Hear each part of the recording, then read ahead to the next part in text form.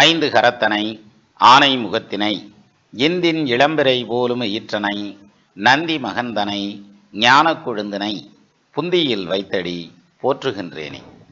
வணக்கம் ஜோதிட சொந்தங்கள் எல்லாருக்கும் வணக்கம். ஒரு முக்கியமான விஷயம் என்னன்னா, குரு தனிச்சு எந்த இடத்துலையும் நிற்கக்கூடாது. குரு தனிச்சு எங்கே நின்னாலும் அந்தணன் தனித்து நிற்கில் அபகீர்த்தி மெத்த உண்டு, அந்தணன் தனித்து நிற்கில் அவதிகள் மெத்த உண்டு சொல்றாங்க இல்லையா? அப்போ எந்த இடத்துல குரு தனிச்சிருக்கோ அந்த இடம் பாதிக்கும். எப்படி? இப்போ ஒரு 10ஆம் இடத்துல குரு தனிச்சு நிற்கிறார், தொழில் சரியா வராது. 7ஆம் இடத்துல குரு தனிச்சு நிற்கிறார், சீக்கிரம் கல்யாணம் ஆகாது. 2ஆம் இடத்துல குரு தனிச்சு நிற்கிறார், பொருளாதாரம் கையில பெருசா நிற்காது. இப்படி ஒன்னொன்னுக்கும் சொல்லிக்கிட்டே போகலாம். சரி, அப்போ குரு தனிச்சு நிற்க கூடாது, நின்னா அந்த இடம் பாதிக்கும். சரி, இது ஒரு ஜோதிட விதி. அப்போ குரு தனிச்சு நிற்கிற இடமெல்லாம் பாதிக்குமா அப்படின்னா பாதிக்காது, நல்லாவும் இருக்கும். என்னையா இப்போ தனியா சொன்ன உடனே அதை மாற்றி பேசுகிற அப்படின்னாக்கா அதாயா ஜோசியம். அதாவது எப்படின்னா, 10ஆம் இடத்துல குரு நிற்கிறார், அல்லது இப்படி வச்சுக்கோங்க சார், 7ஆம் இடத்துல குரு நிற்கிறார் சார். அந்த 7ஆம் இடத்துல குரு நின்னா கல்யாணம் ஆகிறது லேட் ஆகும். அதுமாரி கல்யாணம் ஆகிருச்சுனாலும் குடும்பத்தில் மிஸ் அண்டர்ஸ்டாண்டிங் நிறையா வரும். ஏன்னா தனிச்சு தான் நிற்கக்கூடாதுல்ல, அவதிகள் மெத்த உண்டுங்கிறான். எந்த வீட்டில் உட்காந்துருக்கோ அது சம்மந்தப்பட்ட பிரச்சனைகளை சந்திப்பார் அப்படின்றது தான் ஃபார்முலா, லாஜிக். அதில் சரி, அப்போ 7ல் குரு நிற்கல, இதெல்லாம் வரும்ல அப்படின்னாக்க வராது, நல்லாவும் இருக்கும். அப்படின்னாக்க அப்போ எதுக்கு இந்த ரூல்ஸை சொல்லணும் அப்படின்னா, ஒரு டைப்பில் இருந்தால் நல்லா இருக்கும், இன்னொரு டைப்பில் இருந்தால் நல்லா இருக்காது. எப்படி?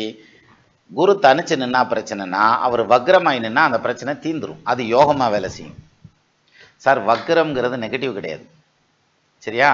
அப்போ எந்த ஒரு இடத்துல குரு மற்ற கிரகத்தோட சேர்ந்திருக்கல வக்ரம்ங்கிறது வேற மாதிரியான எஃபெக்டை கொடுக்கும். தனிச்ச குருவா இருந்து அவர் வக்ரமாக இருந்தால் அது பாசிட்டிவான நிலை தான் கொடுக்குமே தவிர நெகட்டிவா கொடுக்காது.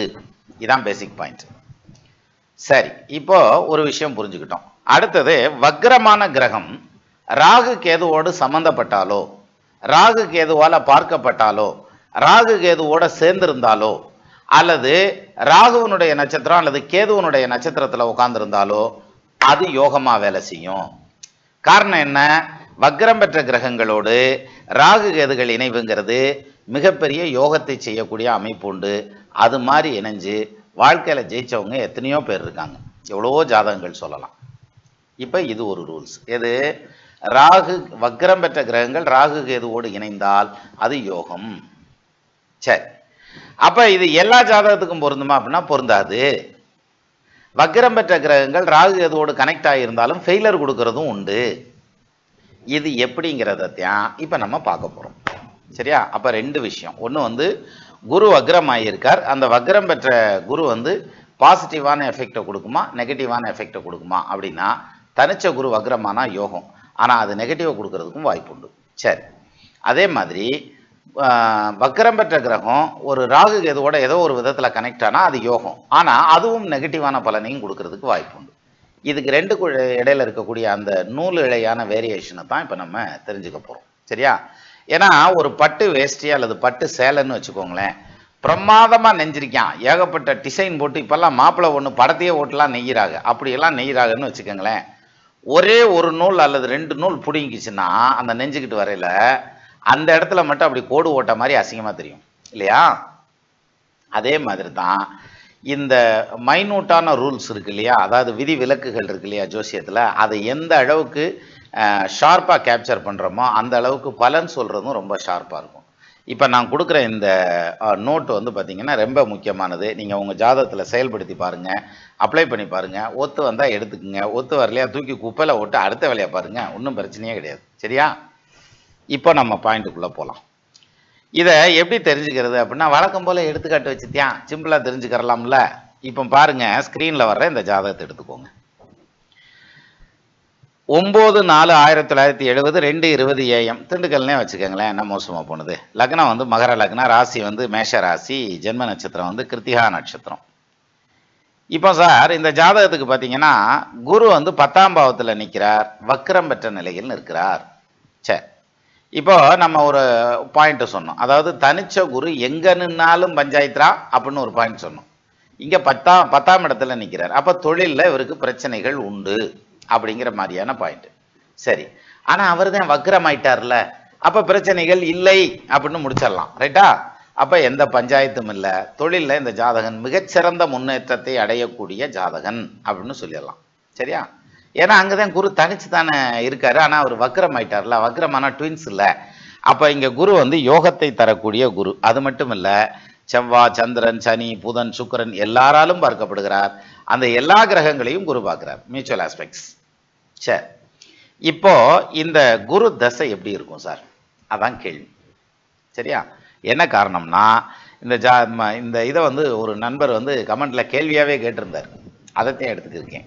சரி, இப்போ 10ஆம் பாவத்தில் குரு உட்காந்துருக்காரு. இந்த குரு தசை எப்படி இருக்கும் இந்த ஜாதகம் இருக்கு? அதே நீ தனியா சொன்ன பத்தி 10ல் குரு தனிச்சு நிற்க கூடாது, நின்னா சிரமப்படுவாங்க, வக்கரமானா நல்லா இருக்கும்னு தானே சொன்னேன். அப்போ தான் குரு வக்கரமா இருக்காருல்ல, அப்போ நல்லா தானே இருப்பாங்க, பிரமாதமா இருக்கும்பா, ஒன்றும் பிரச்சனை இல்லை, இது என்ன பெரிய கேள்வி அப்படின்னம்னாக்க அப்படி இல்லை ராசா. இந்த 10ல் நிற்கிற குரு அந்த ஜாதகனை கஷ்டப்படுத்தி விடும்.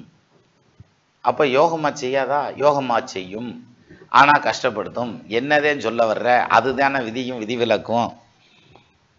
அதனால அதுதானே இந்த 2 வோல்ட் கரண்ட் போகிற மாதிரியான விஷயம். இருங்க வரேன். இப்போ பாருங்க, இப்படி எடுத்துக்கங்க. குரு தசைக்கு போயிடுவோம் ஃபஸ்ட்டு. ஏன்னா இந்த ஜாதகர் வந்து 4 வருஷம் 6 மாதம் சூரிய தசையில் இருந்தார். அப்புறம் 10 வருஷம் சந்திர தசை 14, அப்புறம் ஒரு 7 வருஷம் செவ்வாய் தசை 21, அப்புறம் 31 ஆமாம் 31 39 வரைக்கும் வந்து ராகு தசை வரும். அதுக்கப்புறம் குரு தசை வந்துடும். இப்போ குரு தசையில் இருக்கார். இன்னும் கரெக்டாக சொல்லணும்னா குரு தசை என்ன புத்தியில் இருக்காருன்னு கூட பார்த்துப்படுவான். தெரியுதா? குரு தசையில் ராகு புத்தி, அதாவது end of the time. Almost Guru தசை முடிஞ்சு போச்சு. அப்போ குரு தசை முடிகிற இடத்துல இருக்கார். அதனால் இந்த குரு தசை எப்படி இருந்திருக்கும் இவருக்கு அப்படிங்கிறத கணிக்கிறது ரொம்ப நல்லா இருக்கும், ஈஸியாகவும் இருக்கும். அந்த ஜாதகரும் இதை பார்ப்பார். பார்த்தாருன்னா நமக்கும் தகவல் சொல்லுவார்ல, ஆமாப்பா சத்தியாப்பா நீ கரெக்டாக தாப்பா சொன்ன அப்படின்னு அந்த கமெண்ட்டில் போடுவார்ல. போடட்டும். என்ன கேட்டிருக்காங்க? அதாவது ரேணுகா குமரேஷ் அப்படிங்கிற ஒரு ஜாதகம் இது, அவங்க கமெண்ட் கொடுத்தது இதில் நல்லதையும் கொடுத்துருக்காங்க. இப்போ பாருங்க, இந்த குரு வந்து யோகத்தை செய்யக்கூடிய குரு. குரு தசை நல்லா இருக்கும். என்ன காரணம்? குரு ராகு சாரம் வாங்கியிருக்காரு சார், அதனால் அது யோகமாக தான் சார் இருக்கும். ஏன்னா வக்கரம் பெற்ற கிரகங்கள் ராகு எதுவோட சம்மந்தப்பட்டால் நல்லது தானே. அதே மாதிரி 10ஆம் இடத்துல குரு உட்காந்து அவருக்கு வீடு கொடுத்த சுக்கிரன் அவருக்கு கேந்திரத்திலே நின்று 2 பேரும் மியூச்சுவல் ஆஸ்பெக்ட்ஸில் இருக்காங்க. அப்போ ஸ்தான பலம் இருக்குது, சார பலம் இருக்குது, எல்லா பலமும் இருக்குது, ஜம்முன்னு இருக்கும். சரியா? அப்போ குரு திசை யோக திசை, அதில் மாற்றுக்கிறதே இல்லை. ஆனால் குரு திசை யோக திசைன்னா இப்போ அதை கேட்டுக்கிட்டு இருந்தாருன்னா அவருக்கு தலை சுற்றிடும். என்ன காரணம்னா அவருக்கு போட்டிருந்தது என்ன போட்டிருந்தாருன்னா, வேலை இல்லை, தொழில் பண்ணலாமா, என்ன தொழில் பண்ணலாம், எந்த ஊரில் பண்ணலாம், இதுதான் சார் அவர் கேட்டிருந்த கேள்வி. ஆனால் இங்கே நம்ம ஃபார்முலா படி இது எப்படி வருது? அதுக்கு என்ன, அதெல்லாம் ஜம்முன்னு வருது, தொழில் வந்து சூப்பராக இருக்கும்னு வருது அப்படின்னு சொல்கிறோம் இல்லையா? எல்லாம் சர்த்தியான். எப்போ தெரியுமா? குருதசை ஆரம்பித்து 8 + 1 9 வருஷத்துக்கு. குருதசை ஆரம்பித்து 9 வருஷம் இந்த ஜாதகம் நல்லா தான் சார் இருந்திருக்கும், கெடாது. அதாவது 2009 ஆரம்பித்து 2018 வரைக்கும் நடந்த பீரியட்லாம் பார்த்தீங்கன்னா ரொம்ப நல்லா இருக்கும். அதுக்கப்புறம் வரையில தான் ஆட்டை கடிச்சு மாட்டை கடிச்சு கடைசியில் இந்த ஜாதகரையும் சேர்ந்து கடிச்சுப்பிடும், நல்லா நறுக்கு சுருக்குன்னு கடிச்சுப்பிடும். அப்போது குருதசை செகண்ட் வர வர வர வர டெட்டோரியேட் ஆகிட்டே இருக்கும், ஃபைனான்ஷியல் பொசிஷன் அண்டு கேரியர் வந்துக்கிட்டே இருக்கும். இப்போ என்ன நடக்குதுன்னு சொன்னேன்? ராகு புத்தி நடக்குது. சரி, இப்போ குரு தசை ஓகே, அது குரு தசை செகண்ட் ஆஃப் வரையில் டெட்டோரியேட் ஆகும்னு சொன்னது என்ன காரணத்தினால அப்படின்னா, குரு உட்காந்துருக்கிறது யார் சாரம்? சார் ராகு சாரம். சரி, இப்போது குருவை விட்டுட்டு நேராக ராகுக்கு ட்ராவல் பண்ணலாமா? சரி, ராகு என்ன பண்ணுறார், இங்கே என்ன பொசிஷனில் இருக்கார் அப்படின்னா, அங்கே வந்து சதய நட்சத்திரம் சாரத்தில் சுயசாரம் மாரி நிற்கிறாருன்னு நினைக்கிறேன் ராகு. எஸ், சதய நட்சத்திரத்தில் உட்காந்துருக்கார் ராகு. அப்படின்னா என்ன அர்த்தம்? அந்த இடத்துல டிசைடிங் அத்தாரிட்டி ஃபார் ராகு அப்படின்னு எடுத்துக்கிட்டா சனி தான். சனி ஒரே கிரகம் தான். இப்போ இந்த சனி நல்லா இருந்தால் ராகு நல்லா இருப்பார். ராகு திசை, ராகு புத்தி, ராகு அல்ல வாங்கியிருக்கக்கூடிய மற்ற கிரகங்களுடைய திசை அத்தனையும் நல்லா இருக்கும். சார் இது கொஞ்சம் டீப்பாக இருக்கும், புரியறது கொஞ்சம் கஷ்டமாக இருக்கும். என்னன்னா சாரபலன் அப்படின்னு எடுத்துக்கிட்டா குரு வந்து யார் சாரத்தில் வாங்கியிருக்கார் அப்படின்ட்டு அதோட முடிச்சுக்கிருவோம். ஆனால் அதுக்கு அடுத்து போய்கிட்டு இருக்கேன் நான். இப்போ ராகு வந்து யார் சாரத்தில் உட்காந்துருக்காரு அப்படின்னா சுயசாரத்தில். அப்போ சனி தான் டிசைடிங் அத்தாரிட்டி ஃபார் ராகு. இங்கே ராகு வந்து வீக்காக இருக்காரா ஸ்ட்ராங்காக இருக்காருன்னா வீக் ஆகி ஸ்ட்ராங் ஆகிறார். அதாவது எப்படின்னா சனி வந்து நீசம் பெற்று நீச்சபங்க ராஜயோகத்துக்கு போகிறதுனால வீக் ஆகி ஸ்ட்ராங் ஆகிறார். சரி, கூட மாந்தி உட்காந்துருக்கார். அது மாந்தி வந்து டோட்டலாக எல்லாத்தையும் மாற்றக்கூடிய கிரகம், அதனால் அது ஒரு பக்கம் இருக்கட்டும். இப்போது இங்கே சனிக்கும் ராகுவுக்கும் ஏற்கனவே ஆகாது. இது ராகு சனி ரெண்டுமே வந்து ஜென்ம பகை பெற்ற கிரகங்கள். ஏற்கனவே அவங்களுக்கு நம்மளுக்கும் வாய்க்கா தகராறுன்றாங்கல்ல, அது மாதிரி 2 பேர்த்துக்கும் ஒத்துக்காது. இந்த சனி ராகுவை பார்க்குறார், ராகு சனியை பார்க்குறார், சனி நீசமாகிறார், ராகு சனி வீட்டில் தான் உட்காந்துருக்கார். அப்போது இங்கே ராகு வீக்காக இருக்கார். சரி, இப்போ பாருங்க, இந்த கேள்வி கேட்கல அவர் ராகு புத்திலேயே கேட்குறார். குரு தசை யோக தசையாக இருந்தால் கூட அவர் ராகு சாரம் வாங்கினதுனால செகண்ட் பார்ட் வரையில் அந்த ராகு தான் முழுமையான பலனை கொடுப்பார். அப்போ முழுமையான பலனை ராகு கொடுக்கல என்ன ஆகும்னா இங்கே பொருளாதாரத்திலையும் தொழிலையும் சுருக்கிக்கிட்டே வருவார் குரு தசை செகண்ட் ஹாஃப் வரையில். அதில் கடைசியாக இப்போ என்ன புத்தி நடக்குது? ராகு புத்தி நடக்குது. அவர் என்ன சொல்லியிருந்தாரு? தொழில் இல்லை, வேலை இல்லை, முடிச்சிட்டார். சரியா? சும்மா இருக்கேன் அப்படின்னு கொண்டு வந்துட்டார். இப்போ வந்துருச்சா? அந்த கடைசி புத்தி வரையில் திருப்பியும் கொண்டு வந்து ஸ்டார்டிங் பாயிண்டில் நிப்பாட்டிடும். பஸ் ஸ்டாண்ட்லேயே கொண்டு வந்து பஸ்ஸை நிறுத்திடும். சரி, இப்போ அடுத்த கொஸ்டின் கேட்குறாரு. அப்போது இதில் நம்ம தெரிஞ்சுக்கிற வேண்டிய விஷயம் என்னென்னா, குரு வக்ரமாகி இருந்தால் அது யோகம், ரெட்டை ட்வின்ஸு, அதனால் அது யோகம். குரு வக்ரமாகி 10ல் நிற்கிறார். அப்போ இந்த ஜாதகர் நல்லா வந்திருக்கணும். ஆனால் அவர் ராகு சாரம் வாங்கி ராகு வீடு கொடுத்து கெட்டு போனதுனால இங்கே குரு தசையினுடைய செகண்ட் பார்ட்டு சுருங்க ஆரம்பிக்கும். அது கடைசி புத்தியாக வர்ற ராகு புத்தியே வருது. அந்த ராகு புத்தியில் மிக கடுமையாக பாதிக்கப்படுவார்.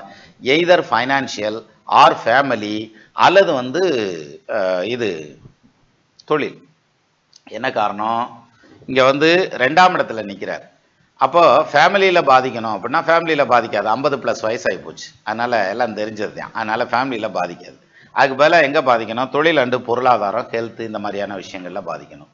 இப்போ ஹெல்த்தில் பாதிக்கிறதுக்கு பதிலாக அவருக்கு தொழிலையும் ஃபைனான்ஷியலாகவும் பாதிச்சு, அதனுடைய வெளிப்பாடு தான் அவர் கேட்குற கேள்வி. இப்போ நம்ம இதில் தெரிஞ்சுக்கிற விஷயம் என்னென்னா, 10ஆம் இடத்துல குரு நிற்கிறாரா, தனிச்ச குரு. ஈசனார் ஒரு 10லே தலையொட்டிலே இறந்துண்டதும்னா 10ஆம் இடத்துல குரு நின்னப்ப சிவபெருமானை சிரமப்பட்டாடுறாங்கிறான். அப்போ இங்க 10ல் குரு நிற்கிறார். அதனால தான் பிரச்சனையானா கிடையாது. அப்படி இருந்தாலும் குரு தசை ஆரம்பத்துல இருந்து அந்த ஆளு கஷ்டப்பட்டு இருக்கணும். பாதி நல்லா தான் இருந்திருக்கும், மீதி பாதி வரையில தான் பிரச்சனை ஆரம்பிச்சிருக்கேன். சரியா? அப்போ குரு வக்ரமாயிருக்கிறதுங்கிறது பாசிட்டிவ். ஆனா அவர் ராகு சாரம் வாங்கி ராகு வீக் ஆனது சிக்கல். 2வது இங்க அந்த ராகு புத்திய கடைசி புத்தியா வரையில ரொம்பவே கசக்கி விட்டுறேன் அப்படின்ற மாதிரியான அமைப்பு. அப்போ ஒரு வக்ரம் பெற்ற கிரகம் ராகு எதுவோட கனெக்ட் ஆனாலும் பிரச்சனை கொடுக்கறதுக்கு வாய்ப்பு உண்டு. அதே மாதிரி ஒரு குரு தனிச்ச நிலையில நின்னாலும் அவர் வக்ரம் ஆனார்னா யோகத்தை செய்யறதுக்கும் அமைப்பு உண்டு. அப்படிங்கிறத அந்த நோட்டை நம்ம இந்த ஜாதகத்தின் வழியா இப்ப தெரிஞ்சுக்கலாம். மீண்டும் இன்னொரு வீடியோவில் நம்ம சந்திக்கலாம். நமது நண்பர்கள் ஆல்போல் தழைதழைத்து அருகது போல் வேரூன்றி மூங்கில் போல் கிளை கிளைத்து முதியாமல் வாழ்ந்திருக்க வாழ்கவென வாழ்த்தி அமைகிறேன். வணக்கம்.